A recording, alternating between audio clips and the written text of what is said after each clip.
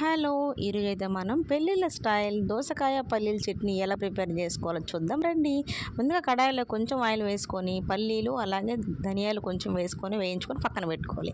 ఆ తర్వాత అదే కడాయిలోకి మన కారానికి తగ్గట్టు పచ్చిమిర్చి అలాగే ఒక టీ స్పూన్ జీలకర్ర వేసుకొని వేయించుకోవాలి. ఆ తర్వాత కొంచెం కరివేపాకు 2, 3 మీడియం సైజు టమాటాలు కూడా వేసుకొని వేయించుకోవాలి. ఇవన్నీ బాగా మగ్గిన తర్వాత 6, 7 వెల్లుల్లి రెబ్బలు కొంచెం చింతపండు కూడా వేసుకొని వేయించుకొని ఇంకా స్టవ్ ఆపేసుకోవాలి. ఈ మిశ్రమాన్నంతా మన రోట్లకైతే ట్రాన్స్ఫర్ చేసుకొని కొంచెం ఉప్పు యాడ్ చేసుకొని దంచుకోవాలి. పెళ్ళిళ్ళలో అయితే ఏం చేస్తారంటే ఈ మిశ్రమాన్నంతా గ్రైండర్కి వేసుకొని ఆ తర్వాత కొంచెం వాటర్ యాడ్ చేసుకుంటూ వేసుకుంటారండి. ఆ తర్వాత దోసకాయ ముక్కలను అయితే యాడ్ చేసేసి ఇంక రెడీ చేసేస్తారు.